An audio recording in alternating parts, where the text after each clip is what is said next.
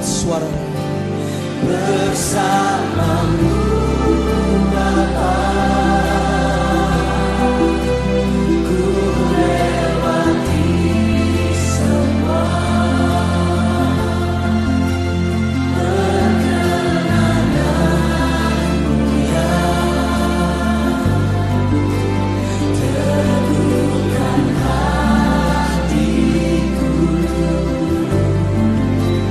Engkau yang bertindak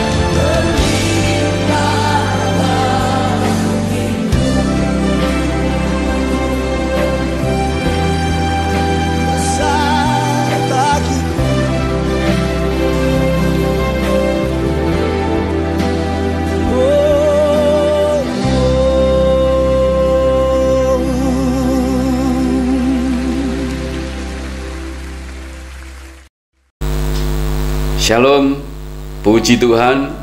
Apa kabar saudara? Semua baik-baik saja, sehat? Saya percaya saudara pasti sehat, baik-baik saja, dan diberkati Tuhan. Amin. Puji Tuhan, peristiwa Jumat Agung dan Paskah sudah kita peringati, walaupun dengan cara yang sederhana, namun kita diberkati Tuhan sehingga kita bisa memaknai kembali Jumat Agung dan Paskah sebagai satu momen yang sakral, penting, dan harusnya memang sangat berpengaruh dalam pertumbuhan dan perjalanan iman kita semuanya. Nah, selepas dari itu, saya pada saat ini ingin mengajak saudara untuk merenungkan satu bagian firman Tuhan agar perjalanan iman kita ke depan selalu ada di waktunya Tuhan, ada di tempat yang Tuhan pimpin, ada di sebuah peristiwa yang Tuhan mau, sehingga oleh anugerahnya kita selalu bisa ada di dalam rancangan Tuhan yang penuh dengan damai sejahtera dan berkat-berkat Tuhan. Karena sebelumnya mari kita berdoa lebih dahulu. Mari arahkan hati hidup saudara kepada Tuhan. Izinkanlah pribadi Allah Roh Kudus menuntun, memimpin, dan mengurapi kita. Dalam anugerah-Mu dan kehadiran-Mu Allah Roh Kudus di dalam setiap hidup kami masing-masing, kiranya anugerah pengurapan-Mu lah yang mencurahkan hikmat, pewahyuan, pengertian, penghayatan, pemahaman, kuasa mengalir dalam hidup kami lewat kebenaran yang sebentar kami mau renungkan. Berkaryalah dari awal sampai selesai, dan setiap umat-Mu yang mendengar, menghayati, berilah anugerah, kemudahan, pengertian untuk tidak hanya mendengar tapi juga mempraktekannya. Kami terima anugerah-Mu dengan hati mengucap syukur di dalam dan demi kepentingan-Mu Tuhan Yesus Kristus. Haleluya. Amin. Puji Tuhan. Saudara, pada saat ini tema yang kita akan bahas adalah karah. Ya, karah. Ada satu istilah dari bahasa Ibrani, namun ini sudah familiar sesungguhnya. Namun oleh anugerahnya saya akan belajar mengalir dalam pimpinan Tuhan untuk bisa menyampaikan dengan cara yang mudah dipahami, dengan cara yang sederhana. Bacaan kita adalah Pengkhotbah pasal ke-9 ayat yang ke-11 dan 12. Pengkhotbah pasal 9 ayat 11 sampai 12. Lagi aku melihat di bawah matahari bahwa kemenangan perlombaan bukan untuk yang cepat, dan keunggulan perjuangan bukan untuk yang kuat, juga roti bukan untuk yang berhikmat, kekayaan bukan untuk yang cerdas, dan karunia bukan untuk yang cerdik cendekia, karena waktu dan nasib dialami mereka semua. Ayat 12. Karena manusia tidak mengetahui waktunya, seperti ikan yang tertangkap dalam jala yang mencelakakan, dan seperti burung yang tertangkap dalam jerat, begitulah anak-anak manusia terjerat pada waktu yang malang, kalau hal itu menimpa mereka secara tiba-tiba. Saudara-saudaraku yang dikasihi oleh Tuhan, jika kita meneliti ayat yang ke-11 yang sudah kita baca, sepertinya ada sesuatu yang tidak adil, atau mungkin kita tidak setuju karena pernyataan-pernyataan ini menyalahi prinsip yang normal. Kemenangan perlombaan bukan untuk yang cepat, keunggulan perjuangan bukan untuk yang kuat, roti bukan untuk yang berhikmat, kekayaan bukan untuk yang cerdas, karunia bukan untuk yang cerdik cendekia. Dari pernyataan-pernyataan ini tentu kita secara manusia tidak setuju, karena normalnya dalam perlombaan itu siapa yang paling cepat dialah yang akan menang. Ya, siapa yang berjuang dengan segala kerja kerasnya, ya, tentu mereka lah yang akan menang. Ya, roti roti tentu saja normal kalau dinikmati oleh orang-orang yang berpenghasilan, karena banyak hal yang bisa dilakukan oleh orang-orang yang berhikmat seperti itu. Dan kekayaan juga wajar jika dimiliki orang-orang yang cerdas, dengan IQ yang tinggi, dengan intelektual yang maju, tentu mendapatkan posisi-posisi yang bagus sehingga mendatangkan kekayaan dalam hidupnya. Nah, hal-hal ini sesungguhnya, saudara, tentu ada sebuah pertanyaan, ya. Karena kalau Alkitab tetap mencatat, ya, seperti itu, tentu ada pertanyaan-pertanyaannya, ya. Karena itu, saudara, pertanyaan adalah mengapa pernyataan-pernyataan di atas yang saya sebut tadi itu, ya, tetap ditulis Alkitab seperti itu, ya. Kenapa, saudara? Jawabannya adalah, nah, sesuai dengan konteksnya, Salomo ingin menyadarkan kepada para pembaca, sebagai orang yang berdosa, janganlah kita berharap segala sesuatu akan berlangsung, ya, dan akan terjadi seperti yang kita inginkan di dunia yang sudah tercemar dengan dosa ini. Salomo ingin mengurangi pengharapan, ya, orang-orang yang ada di dunia ini, ya, orang-orang berdosa ini, ya, agar tidak terlalu berharap terlalu tinggi, ya. Karena segala sesuatu bisa terjadi tidak sesuai dengan apa yang diinginkan, tidak sesuai dengan waktu yang diinginkan, ya. Nah, Salomo membaca itu semuanya, maka dia berkata, ya, Aku melihat di bawah matahari bahwa kemenangan perlombaan bukan untuk yang cepat. Jadi dia seperti melihat sebuah fakta, sebuah kenyataan di dalam hidup dia atau di depan mata dia, ya, bahwa ternyata di dalam dunia yang sudah tercemari oleh dosa ini banyak kejadian yang tidak sesuai dengan yang diharapkan. Karena itu, dalam konteks ini Salomo menyadarkan bagi para pembaca. Bahkan di ayat ke-12 ditegaskan Salomo bahwa manusia tidak akan pernah bisa menyelami waktunya Tuhan, ya. Sesuatu yang buruk bisa terjadi dengan tiba-tiba tanpa bisa ditolak, ya.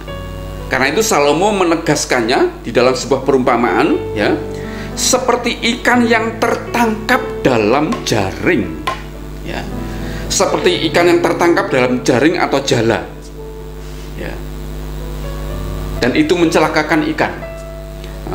Saya kalau membaca ini, saya teringat sebuah film animasi buat anak-anak yang judulnya adalah Finding Nemo, ya, Finding Nemo, ya, dimana waktu ikan, ya, jenis Nemo itu berkumpul dengan anaknya, kemudian berjalan-jalan berdua, tiba-tiba anaknya memisahkan diri, namanya Nemo ini, ya, berkumpul dengan teman-temannya. Namun tiba-tiba tanpa disangka-sangka itu ada jala dari atas, ya, turun ke tempat perairan itu, dan Nemo terperangkap di dalam jala itu, ya, sehingga dia bisa terbawa sampai ke benua Australia. Nah, dari situ saya bisa memahami bahwa, ya, kadang dalam hidup kita ada sesuatu yang tidak kita perkirakan, kita tidak bisa rencanakan, tidak bisa kita duga, tiba-tiba terjadi begitu saja. Itu tiba-tiba dan sifatnya mungkin kita bisa mengatakan itu sebuah musibah. Dan yang kedua juga dikatakan seperti burung yang tertangkap dalam jerat, ya, ikan tertangkap dalam jaring atau jala, burung tertangkap dalam perangkap. Nah, seperti itulah Salomo menggambarkan kejadian manusia di bawah matahari, bahwa ada hal-hal yang tidak bisa kita duga tiba-tiba terjadi dan itu mencelakakan kita, ya. Dan itu dengan kata-kata, begitulah anak-anak manusia terjerat pada waktu yang malang, dan hal itu, ya, menimpa mereka secara tiba-tiba. Saudara, perhatikan konteks dari Salomo ini, saudara. Dosa itu sudah membuat segala sesuatu di dunia ini, ya, atau di bawah matahari, tulisan Salomo tadi, berjalan dengan tidak harmonis lagi, ya. harmonisasi di Taman Eden yang digagas diciptakan Tuhan, di mana Allah bisa bercengkrama dengan manusia dan seluruh alam, situasi kondisi situ ya di Taman Eden ya, itu semuanya berlangsung dengan begitu harmonis. Namun sejak ada dalam dosa masuk dalam kehidupan di dunia ini, maka keharmonisan itu menjadi terusik, terganggu ya. Sehingga segala sesuatu tidak berlangsung dengan harmonis. Keselarasan dengan alam sudah terusik dan terganggu ya. Makanya hari-hari ini kita juga bisa merasakan ya, betapa harmonisasi alam ini sudah begitu rusak ya. Barusan kita mendengar, melihat, menyaksikan saudara-saudara kita yang ada di NTT sana mengalami banjir bandang yang luar biasa, mengalami angin topan yang luar biasa ya. Itu sesuatu yang tidak mungkin direncanakan, tapi tiba-tiba terjadi dan banyak yang tidak siap, ada yang tewas dan sebagainya, kerugian begitu besar saudara. Bahkan pandemi yang sedang kita hadapi ini juga merupakan situasi yang tidak pernah dipikirkan oleh siapapun juga, namun sekarang sudah mendunia di mana-mana. Itulah sebabnya saudara, dosa sudah membuat segala sesuatu di dunia ini ya, berjalan dengan tidak harmonis lagi. Manusia tidak punya kemampuan untuk membaca waktunya Tuhan ya. Akibat dosa manusia itu terputus hubungannya, terpisah hubungan dengan Tuhan, terusir dari hadirat Tuhan, sehingga manusia tidak punya kemampuan membaca waktunya Tuhan. Manusia tidak mampu menyelami pekerjaan Allah dari awal sampai akhir ya, ditegaskan oleh Salomo dalam Pengkhotbah pasal 3 ayat 11b. Nah, saudara perhatikan ya, di dalam Pengkhotbah ini pasal 9 ayat 12 dikatakan anak-anak manusia. Nah, manusia itu ya ditulis dengan bahasa Ibrani, yaitu dari kata Adam, yang diterjemahkan dalam King James dengan terjemahan natural man ya, manusia alamiah ya. Manusia alamiah yang diambil dari tanah, kembali akan menjadi tanah ya ketika mati. Jadi di ayat 12 itu yang dimaksud anak-anak manusia adalah anak-anak keturunan Adam yang sudah jatuh dalam dosa, sehingga mereka tidak punya kemampuan ya untuk menolak nasib yang menimpa mereka ya, termasuk bencana-bencana sebagainya saudara ya. Nah, waktunya Tuhan atau waktu Allah ya, dalam bahasa Ibrani itu disebut dengan istilah karah, karah ya. Jadi waktunya Tuhan, sesuatu yang terjadi sesuai dengan waktu Tuhan itu disebut dengan karah ya. Dalam bahasa Yunani disebut dengan kata kairos, waktu yang tepat ya. Karah bahasa Ibrani, kairos bahasa Yunani ya. Nah, karah sendiri artinya begini saudara ya. Jadi arti dasar dari kata karah bahasa Ibrani ini, Allah menempatkan di waktu yang tepat. Allah menempatkan di waktu yang tepat, di tempat yang tepat, dengan orang yang tepat, dalam peristiwa yang tepat. Jadi coba saudara pahami sebentar kata-kata karah ini dari bahasa Ibrani ini ya, yang artinya adalah, saya sederhanakan, Allah menempatkan di waktu yang tepat, di tempat yang tepat, dengan orang yang tepat, di peristiwa yang tepat. Itulah artinya karah waktunya Tuhan. Karah ini pertama kali muncul dalam Perjanjian Lama, itu ada di dalam Kejadian pasal 24 ayat ke-12, yaitu ketika pembantunya Abraham yang bernama Eliezer ditugaskan Abraham untuk mencarikan jodoh bagi Ishak, anaknya Abraham ya. Makanya dalam Kejadian pasal 24 ayat 12 ya, firman Tuhan berkata demikian, lalu berkatalah ia ini Eliezer ya, berkata kepada Tuhan, lalu berkatalah ia, Tuhan Allah tuanku Abraham, Buatlah kiranya tercapai tujuanku pada hari ini. Buatlah kiranya tercapai tujuanku hari ini. Tunjukkanlah kasih setiamu kepada tuanku Abraham. Ini sebuah pembicaraan antara Eliezer dengan Tuhan. Ya. Nah, dalam terjemahan King James, kalimat buatlah kiranya tujuanku berhasil atau tercapai tujuanku, ya, dalam King James itu terjemahnya adalah give me success. Give me success. Berilah aku keberhasilan. Ya. Nah, itu dalam bahasa aslinya, Kejadian pasal 24-12 ini dalam bahasa aslinya adalah ditulis dengan kata-kata karah. Ya. Di mana karah itu terjemahkan juga happening. God's happening. Ya. Atau being in the right time and in the right place. Ya.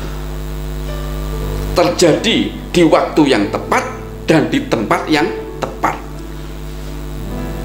Nah, itulah kata karah yang ada dalam Kejadian pasal 24 ayat ke-12, di mana maknanya adalah, perhatikan baik maknanya, kejadian yang sudah ditetapkan oleh Tuhan untuk terjadi pada kita sesuai dengan waktunya. Saya ulangi, perhatikan baik-baik makna dari karah itu. Kejadian yang sudah ditetapkan oleh Tuhan untuk terjadi pada kita sesuai dengan waktunya Tuhan.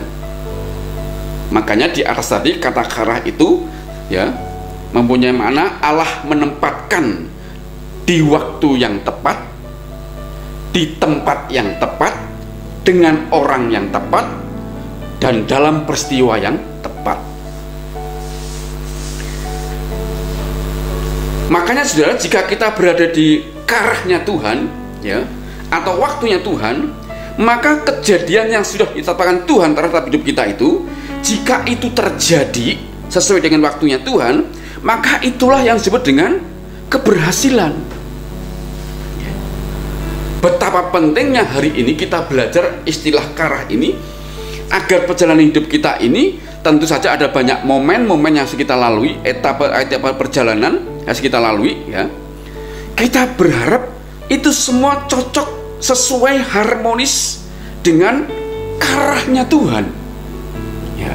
Karena kalau cocok sesuai dengan karahnya Tuhan, sesuai dengan waktunya Tuhan, maka itu merupakan anugerah, karena berkatnya itu benar-benar sudah disediakan oleh Tuhan dari segala hal yang kita perlukan, ya. Mari kita akan melihat, saudara, contoh dari Kejadian pasal 24 ayat 1-52. Saudara bisa membaca di rumah masing-masing. Namun akan saya baca Kejadian pasal 24 ini ayat 12-27, ya. Sedikit panjang, tapi tujuannya agar saudara mengerti arti karah itu seperti ini, ya. Allah menempatkan di waktu yang tepat, tempat yang tepat, orang yang tepat, peristiwa yang tepat, ya. Nah, mari kita membaca di dalam Kejadian pasal yang ke-24. Dimulai dari ayat yang ke-12. Firman Tuhan berkata demikian. Lalu berkatalah Eliezer atau ia, Tuhan Allah Tuanku Abraham, buatlah kiranya tercapai tujuanku pada hari ini. Tunjukkanlah kasih setiamu kepada tuanku Abraham. Di sini aku berdiri di dekat mata air, dan anak-anak perempuan penduduk kota ini datang keluar untuk menimba air. Ya. Ayat 14, kiranya terjadilah begini. Anak gadis kepada siapa aku berkata, tolong miringkan buyungmu itu supaya aku minum. Dan yang menjawab, minumlah, dan ontamu juga akan kuberi minum. Dialah kiranya yang kau tentukan bagi hambamu Ishak. Maka dengan begitu akan ku ketahui bahwa engkau telah menunjukkan kasih setiamu kepada tuanku itu. Dari sini, saudara, ya, kita melihat karah Tuhan terjadi. Eliezer berkata, Tuhan, aku sampai di tempat ini, ya. Ini ada tempat sumur untuk bisa meminum, ya. Nah, jika karahmu terjadi hari ini, aku minta Tuhan, ketika aku nanti datang ke situ ada seorang gadis, ya, aku minta agar buyung dimiringkan agar sehingga aku bisa minum. Lalu juga dia berkata, onta-ontamu juga akan kuberi minum. Maka itulah tuntunanmu, itulah karahmu Tuhan. Ya. Nah, kalau membaca sekilas ini seolah-olah Eliezer seperti memaksa Tuhan, padahal tidak, saudara. Ya, sebab kuncinya apa? Karah itu waktunya Tuhan, itu kehendak Tuhan, tidak bisa dipaksakan oleh siapapun, tidak bisa dipercepat oleh keinginan kita, tidak bisa diperlambat oleh keinginan kita. Waktunya Tuhan itu benar-benar tepat. Makanya yang diminta oleh Eliezer adalah, ya, jika ini karahmu, waktumu, pimpinanmu Tuhan, ya, aku minta seperti ini. Lalu kita baca ayat berikutnya, saudara. Sebelum Eliezer selesai berkata, maka datanglah Ribkah yang lahir bagi Betuel, anak laki-laki Milka, istri Nahor, saudara Abraham. Buyungnya dibawanya di atas bahunya. Ayat 16, anak gadis itu sangat cantik parasnya, seorang perawan, belum pernah bersetubuh dengan laki-laki. Ia turun ke mata air itu dan mengisi buyungnya, lalu kembali naik. Ya. Kemudian berlarilah hamba itu mendapatkannya serta berkata, ya, ini Eliezer menemui Ribkah berlari-lari, tolong beri aku minum air sedikit dari buyungmu itu. Ya. Jawabnya, minumlah Tuhan. Maka segeralah diturunkannya buyungnya itu ke tangannya serta diberinya dia minum. Setelah ia selesai memberi hamba itu minum, berkatalah Ribkah, baiklah, untuk onta-ontamu juga kutimba air sampai semuanya puas minum. Kemudian segeralah dituangnya air yang di buyungnya itu ke dalam palungan. Lalu berlarilah ia sekali lagi ke sumur untuk menimba air, dan ditimbanyalah untuk semua onta orang itu. Dan orang itu mengamat-amatinya dengan berdiam diri untuk mengetahui apakah Tuhan membuat perjalanannya berhasil atau tidak. Artinya, apakah ini karahnya Tuhan atau bukan. Ayat 22, setelah unta-unta itu puas minum, maka orang itu mengambil anting-anting emas yang setengah sikal beratnya dan sepasang gelang tangan yang 10 sikal beratnya, serta berkata, anak siapakah engkau? Baiklah, katakan kepadaku, adakah di rumah ayahmu tempat bermalam bagi kami? Ayat 24, lalu jawabnya kepadanya, ayahku Betuel anak Milka yang melahirkannya bagi Nahor. Lagi kata gadis itu, baik jerami, baik makanan unta, banyak pada kami, tempat bermalam pun ada. Ayat 26, lalu berlututlah orang itu, artinya Eliezer, dan sujud menyembah Tuhan. Ayat 27, serta berkata, terpujilah Tuhan Allah Tuanku Abraham, yang tidak menarik kembali kasihnya dan yang setia dari rumah Tuanku itu, dan Tuhan telah menuntun aku di jalan ke rumah saudara-saudara Tuanku ini. Lihat, saudara, ya, kalau karah Tuhan itu datang, ya, di waktu yang tepat, ya, itu benar-benar terjadi. Ya, Eliezer itu di waktu yang tepat ada gadis yang datang mau mengambil air. Ya, di waktu yang tepat ada orang yang tepat, yaitu Ribkah. Ya, dan di waktu yang tepat, ya, ada di tempat yang tepat, di peristiwa yang tepat. Makanya saya perhatikan, semua itu digenapi sesuai dengan yang diinginkan oleh Abraham. Ishak mendapatkan calon istri Ribkah, ya, sehingga Eliezer akhirnya sujud menyembah Tuhan yang sudah memberikan karah kepada dia. Nah, saudara perhatikan, ya, intinya adalah di kisah ini Eliezer berdoa agar ia melaksanakan tugas dari Abraham itu sesuai dengan karah Tuhan, dan Tuhan memberi tepat seperti kerinduan Abraham dan doa dari Eliezer, yaitu berada di waktu yang tepat, di tempat yang tepat, dengan orang yang tepat, dan peristiwa yang tepat. Ya, makanya di dalam Kejadian pasal 24 ayat 48 sampai 52 itu menegaskan karah. Saya baca buat saudara, ya.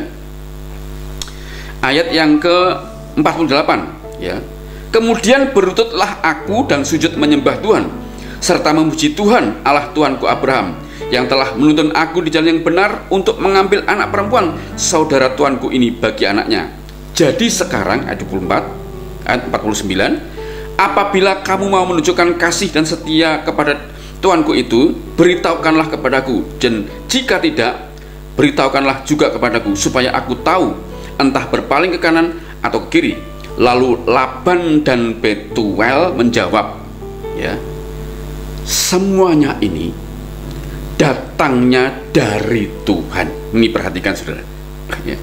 Semuanya ini datangnya dari Tuhan. Kami tidak dapat mengatakan kepadamu baik atau buruknya. Lihat, Ribka ada di depanmu, bawalah dia dan pergilah, supaya ia menjadi istri anak tuanmu, seperti yang difirmankan Tuhan. Ketika hamba Abraham itu mendengar perkataan mereka, lihat saudara, sujudlah ia sampai ke tanah menyembah Tuhan. Dari sini dikonfirmasi, diteguhkan ke arah Tuhan lewat kata-kata Laban dan Betuel. Semuanya ini datangnya dari Tuhan. Ini sesuatu yang luar biasa dan kita bisa belajar, saudara. Kita juga bisa mendapatkannya. Karena itu saya mengajukan ada 3 pertanyaan yang kita akan bahas, ya. Yang pertama pertanyaannya, untuk siapakah Karah itu? Yang kedua, apakah kita umat perjanjian baru juga bisa menikmati Karah? Yang ketiga, pertanyaan terakhir, dalam hal apa saja kita boleh atau bisa berdoa meminta Karah Tuhan? 3 pertanyaan ini mari kita jawab untuk renungan kita pada saat ini. Pertanyaan pertama, untuk siapakah Karah itu? Nah, saudara perhatikan, ya. Ditinjau dari maknanya, maka Karah diberikan oleh Tuhan kepada orang yang berjalan dalam kehendaknya, atau kepada orang yang takut akan Tuhan. Kalau kita membahas Abraham, Abraham adalah orang yang hidupnya berjalan dalam kehendak Tuhan, ya. Kita ingat waktu dia ada di Ur Kasdim, Tuhan berkata, keluarlah, ya, dari negerimu. Dia keluar tanpa tahu tujuan kemana akan dibawa Tuhan, tapi dia taat kepada Tuhan. Artinya dia mau hidup dalam pimpinan kehendak Tuhan, ya. Dan kalau saudara baca, lihat, kisah itu menjelaskan bahwa Abraham adalah orang yang hidup di dalam kehendak Tuhan atau takut akan Tuhan. Nah, kepada siapakah Karah itu diberikan? Kepada orang yang mau belajar hidup dalam kehendak Tuhan atau takut akan Tuhan. Pertanyaan mengapa? Karena Karah ini murni adalah kehendak Tuhan, ya. Jadi Tuhan berikan kepada orang yang hidup dalam kehendaknya atau takut akan Tuhan, ya. Itu karena apa, saudara? Karena Karah ini adalah murni kehendak Tuhan. Abraham adalah orang yang takut akan Tuhan, dan takut akan Tuhan itulah yang akan menuntun kepada Karah. Orang yang mendapat Karah ini, perhatikan catatan baik ini, saudara. Orang yang mendapat Karah bukan berarti orang itu adalah orang yang sempurna tanpa cacat, ya. Sekali lagi, orang yang mendapat Karah itu bukan berarti orang itu adalah orang yang sempurna tanpa cacat, ya.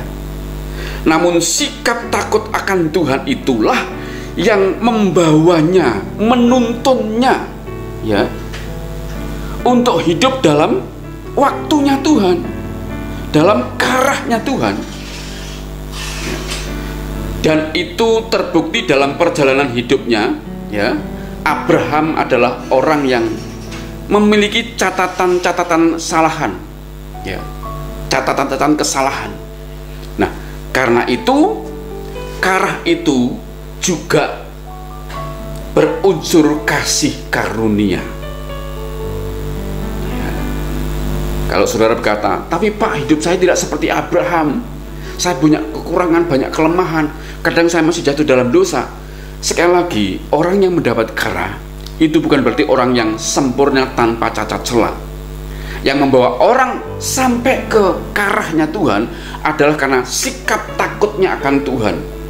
Artinya, ya, dalam segala kekurangan dia adalah orang yang milih takut akan Tuhan, hidup bergaul dengan Tuhan, hidup sesuai dengan kehendak Tuhan, walaupun ada kekurangan-kekurangan. Nah, takut akan Tuhan inilah yang menuntun Abraham sampai ke karahnya Tuhan, sampai ke karahnya Tuhan. Lihat saudara, itu yang dialami oleh Abraham. Makanya saya berkata kepada saudara, di dalam karah itu ada unsur kasih karunia. Itulah yang pertama pertanyaan saudara. Untuk siapakah karah itu? Karah diberikan kepada orang yang mau belajar hidup takut akan Tuhan atau hidup dalam kehendak Tuhan. Pertanyaan kedua, apakah kita umat perjanjian baru juga bisa menikmati karah? Ya. Jawabannya adalah, perhatikan, dalam Pengkhotbah pasal 9 ayat 12, ya, kata anak-anak Adam itu menunjuk seluruh keturunan Adam yang sudah jatuh dalam dosa. Ya. Pengkhotbah pasal yang ke-9 ayat 12 ada istilah anak-anak Allah, itu menunjuk keturunan Adam yang sudah jatuh dalam dosa dalam perjanjian lama itu, ya, termasuk Abraham adalah keturunan dari Adam, ya. Artinya jika orang-orang dalam perjanjian lama saja, ya, yang adalah keturunan Adam yang juga keturunan dari orang yang berdosa, ya, bisa hidup dalam karah Tuhan, asal mau hidup takut akan Tuhan atau hidup dalam kehendak Tuhan, apalagi kita dalam umat perjanjian baru, di mana kita sebagai umat perjanjian baru, ya, sesuai dengan Roma dalam pasal 8 ayat 14 sampai 17, kita ini disebut sebagai anak-anak Allah. Ya. Artinya apa saudara? Kita sebagai anak-anak Allah yang sudah menerima penebusan oleh darah Yesus Kristus kayu salib, ya, dan Roh Kudus diberikan kepada kita, dan oleh Roh Kudus kita memanggil Bapak sebagai Allah sebagai Bapak kita, sehingga kita disebut sebagai anak-anak Allah. Tentu potensi untuk hidup dalam karah, ya, potensi untuk mendapatkan karah Tuhan itu sangat terbuka di hadapan kita, dan kita bisa menerima karah dari Tuhan. Makanya saya akan baca buat saudara, ya, dalam Roma pasal yang ke-8 ayat 14 sampai 17, ya, 14 sampai 17 berkata demikian. Semua orang yang dipimpin Roh Allah adalah anak Allah. Sebab kamu tidak menerima roh perbudakan yang buat kamu menjadi takut lagi, tetapi kamu telah menerima roh yang menjadikan kamu anak Allah. Oleh roh itu kita berseru, ya Aba, ya Bapa. Roh itu bersaksi bersama-sama dengan roh kita bahwa kita adalah anak-anak Allah. Ayat 17, dan jika kita adalah anak, maka kita juga adalah ahli waris. Maksudnya orang-orang yang berhak menerima janji-janji Allah, yang akan menerimanya bersama-sama dengan Kristus, itu jika kita menderita bersama-sama dengan Dia, supaya kita juga dipermuliakan bersama-sama dengan Dia. Jadi posisi kita sebagai anak-anak Allah itulah yang buat kita ini, ya, bisa menjadi pribadi yang takut akan Tuhan karena ada Roh Kudus yang membimbing kita, menjadi pribadi yang hidup dalam kehendak Tuhan, sehingga kesempatan untuk menerima karah dari Tuhan itu sama besarnya dengan Abraham yang dia terima, ya. Pertanyaan yang ketiga, saudara, ya. Pertanyaan yang ketiga, dalam hal apa saja kita boleh atau bisa berdoa meminta karah? Dalam hal apa saja kita boleh atau bisa berdoa meminta karah? Kita bisa meminta karah Tuhan dalam semua aspek hidup kita. Sekali lagi, kita bisa meminta karah Tuhan dalam semua aspek hidup kita. Soal pekerjaan atau usaha, ya, soal pasangan hidup, soal mempunyai keturunan, soal perlindungan penyertaan Tuhan, dan lain-lain semua hidup kita, kita bisa minta karah Tuhan, ya. Nah, dalam meminta karah, saudara, dasarnya harus benar. Ya. Karah itu bisa diminta, dasarnya benar, yaitu kita harus mempunyai dasar, yaitu keyakinan, kepercayaan kepada kebenaran Kristus atau firman Tuhan. Itu dasarnya, saudara. Ya. Jadi harus sesuai dengan firman Tuhan, bukan berdasarkan keinginan daging kita. Ya. Makanya dalam Filipi, ya, Filipi pasal yang ke-3:9 berkata demikian, dan berada dalam dianya besar, bukan dengan kebenaranku sendiri karena mentaati hukum Taurat, ya, melainkan dengan kebenaran karena kepercayaan kepada Kristus, yaitu kebenaran yang Allah anugerahkan berdasarkan kepercayaan. Ya. Itulah dasarnya, saudara, bukan berdasarkan daging, ya. Karena itu juga saya akan baca di dalam Roma pasal 8 ayat yang ke-7 dan 8. Firman Tuhan berkata demikian, sebab keinginan daging adalah perseteruan terhadap Allah, karena ia tidak takluk kepada hukum Allah. Hal ini memang tidak mungkin baginya. Mereka yang hidup dalam daging tidak mungkin berkenan kepada Allah. Jadi pertanyaan terakhir ini, ya, dalam hal apa sajakah kita boleh minta karah kepada Tuhan dalam semua aspek hidup kita? Namun dasarnya adalah kepercayaan kepada kebenaran Kristus atau firman Tuhan, bukan berdasarkan keinginan daging kita. Contohnya, saudara, ya, contohnya ada seorang yang usianya 40 tahun. Jadi usia 40 tahun itu sudah digolongkan sebagai orang yang cukup tua, ya, walaupun masih bisa produktif. Namun ketika dia tanya kepada temannya, kira-kira kalau aku ke Jakarta masih mendapat kesempatan tidak bekerja? Karena aku berpikir bahwa tidak mungkin, karena usiaku sudah 40 tahun. Siapa yang mau mempekerjakan orang yang seusiaku sudah cukup tua ini? Ya. Nah, karah itu tidak berdasar pada kondisi daging. Ya. Secara fisik atau daging, usia 40 memang sudah masuk dalam usia mau cukup tua, ya. Namun karah itu tidak ada di wilayah daging. Karah itu ada di wilayah iman berdasarkan firman Tuhan.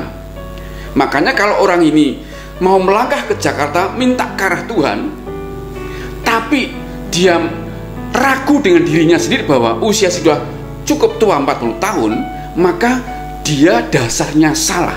Karena karah itu dasarnya adalah kebenaran Kristus atau firman Tuhan. Ya, dan firman Tuhan itu tidak menuruti keinginan daging, tidak berdasarkan kondisi daging. Ya.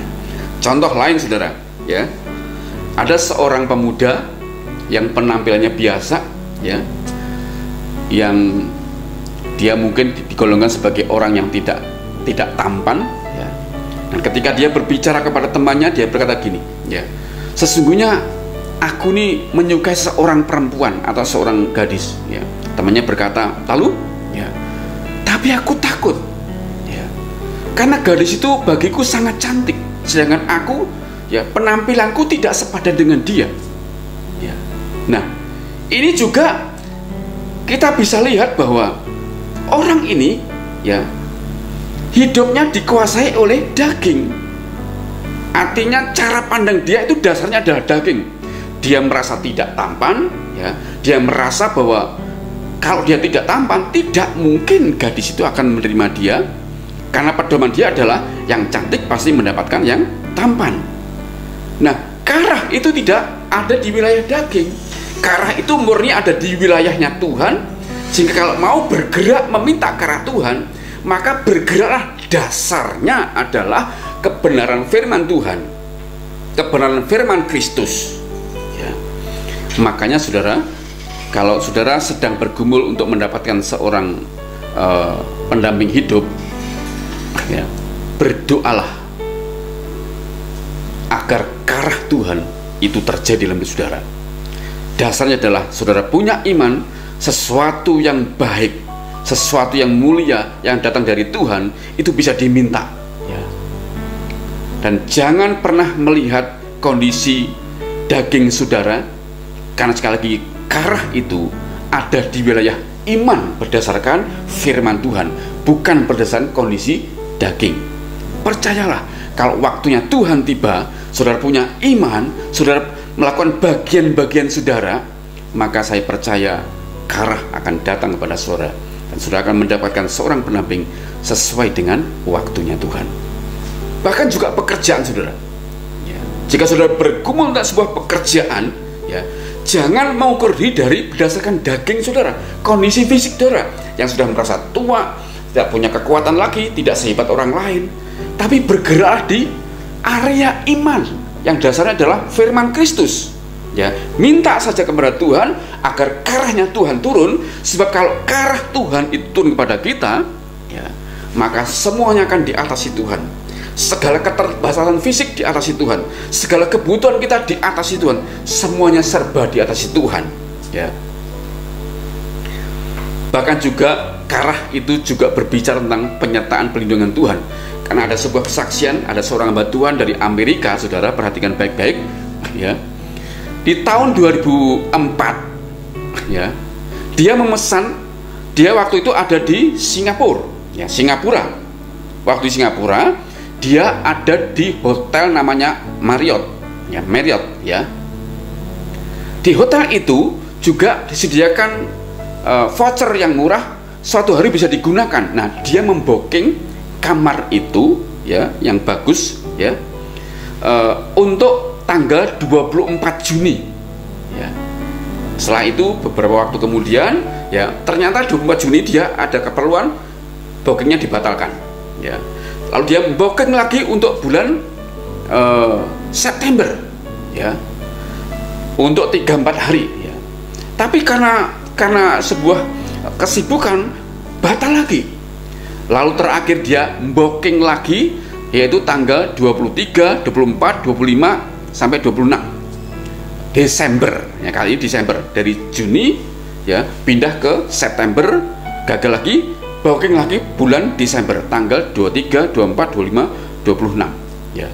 Nah, waktu di booking itu yang terakhir itu, ya, tiba-tiba ada sebuah kesibukan atau sebuah rencana, dia nggak bisa datang, dia harus ke Australia, sehingga bookingnya itu dibatalkan dari tanggal 23 sampai 26 Desember.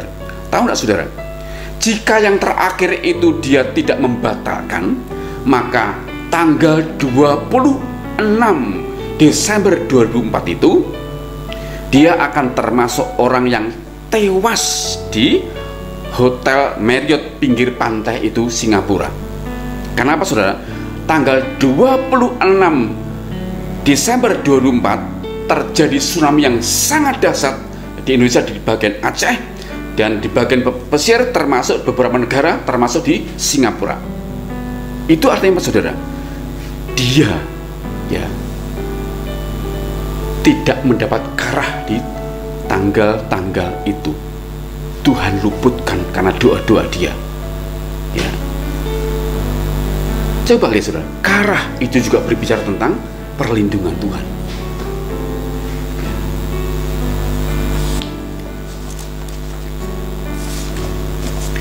Untuk mengakhiri renungan ini dari 3 pertanyaan ini saudara, ya, yaitu untuk siapakah karah itu? Sudah kita jawab, untuk orang yang belajar hidup takut akan Tuhan atau hidup dalam kehendak Tuhan. Yang kedua, apakah kita umat perjanjian baru bisa mendapatkan karah atau berdoa minta karah? Bisa. Karena Pengkhotbah pasal 9:12, ya, itu anak-anak keturunan Adam yang berdosa saja, ya, seperti termasuk Abraham, karena dia memilih hidup takut akan Tuhan, itu mendapatkan karah dari Tuhan. Apalagi kita, sejauh pasal Roma pasal 8, Filipi 3 juga tadi sebutkan bahwa kita adalah anak-anak Allah. Jadi potensi untuk hidup dalam karah atau mendapat karah dari Tuhan itu sama besarnya dibanding dengan Abraham atau umat perjanjian yang lama, ya. Nah, yang ketiga, yang terakhir ini saya ingin yang ketiga, pertanyaannya adalah dalam hal apa saja kita bisa mendapat karah? Maka sudah saya jawab, dalam segala aspek hidup kita bisa mendapat karah. Untuk urusan pekerjaan usaha, untuk urusan pasangan hidup, untuk urusan mempunyai keturunan, untuk urusan perlindungan penyertaan Tuhan, atau apa saja kita bisa mendapatkan karah dari Tuhan. Nah, untuk mengakhiri renungan ini saya ingin memberikan sebuah kesaksian pribadi yang meneguhkan arti karah terjadi dalam kehidupan kita. Nah, saudara perhatikan kesaksian saya ini, saudara. Ya, saya bertobat dari orang yang tidak mengenal Tuhan Yesus menjadi orang yang mengenal Yesus tahun 1992. Ya, ketika saya bertobat, ya, saya diberi anugerah menjadi pribadi yang mendapatkan namanya cinta mula-mula, kasih yang mula-mula. Itu membuat saya menjadi orang yang sangat bergairah dengan Tuhan. Tidak ada waktu tanpa harus pergi ke gereja, tanpa harus belajar firman Tuhan, tanpa harus berdoa. Selalu tiap hari menggebu-gebu seperti itu. Ya, begitu genap setahun menjadi pribadi yang sangat luar biasa menggebu-gebu, maka beberapa orang mengatakan, kamu sekolah Alkitab saja. Ya, ketika saya sampaikan kepada gembala, maka gembala saya berkata, tidak, ini bukan waktunya kamu pergi. Ya, lalu saya kembali dibina, ya, mulai ikut pemuritan, lalu mulai dipercaya menjadi ketua remaja pemuda, terus ya bertumbuh makin luar biasa. Tahun kedua lewat, ya, saya sudah punya pekerjaan sendiri. Waktu saya ditemui beberapa orang, ya, beberapa Tuhan berkata, kamu harus sekolah Alkitab dan sebagainya, saya sampaikan kembali kepada Bapak Gembala. Tahun kedua, Bapak Gembala juga berkata, belum waktunya, jangan dulu, kamu harus banyak belajar. Saya belajar lagi, terus makin belajar makin dalam, karena Bapak Gembala saya bilang, jangan sampai ini hanya karena kasih mula-mula, kamu menggebu-gebu, setelah itu kamu habis, ya, kamu harus teruji dulu. Tahun ketiga tetap menggebu-gebu terus, makin hari makin bergairah melayani Tuhan, ya, terus meningkatkan pelayanan, tidak hanya pelayanan ini itu, terus makin berkembang, ya, mencari jiwa juga. Tahun ketiga lewat, saya maju lagi atas desakan beberapa hamba Tuhan. Bapak Gembala berkata, belum, kamu nggak boleh berangkat, kamu harus banyak belajar lagi. Tahun keempat belajar lagi, demikian terus, ya, sambil saya juga bekerja sebagai orang yang punya usaha, punya karyawan, ya. Terus saya bekerja, juga melayani tiap hari, pulang kerja melayani, kembali kerja, pulang melayani lagi, terus tiap hari hanya bergumul dalam pelayanan, terus luar biasa. Tahun keempat selesai, beberapa anggota berkata, kok belum sekolah kitab? Saya maju lagi ke gembala. Gembala saya berkata, ya, belum. Ya, memasuki tahun kelima, ya, saya maju lagi kepada gembala, Bapak Gembala ngomong begini, ya, ini waktunya kamu sekolah Alkitab, pergilah. Tahu enggak, saudara? Ketika gembala saya itu berkata, ini waktunya, pergilah kamu sekolah Alkitab, itu adalah karah dari Tuhan, ya. Karena karah itu intinya adalah, ya, waktu yang tepat, ya, tempat yang tepat, dengan orang yang tepat, dalam peristiwa yang tepat. Ketika Bapak Gembala berkata, ini waktunya, pergilah, itu Tuhan memberikan karah lewat gembala saya. Karena terbukti ketika saya mau berangkat sekolah Alkitab, segala sesuatu itu sudah diatasi oleh Tuhan, tepat semuanya, ya. Ketika harus berangkat sekolah Alkitab, keuangan saya bagus, uang yang saya bawa untuk sekolah, uang yang saya tinggalkan untuk perusahaan, uang yang saya tinggalkan untuk keluarga, mama saya dan keluarga, itu semua tersedia dengan luar biasa, dengan limpahnya.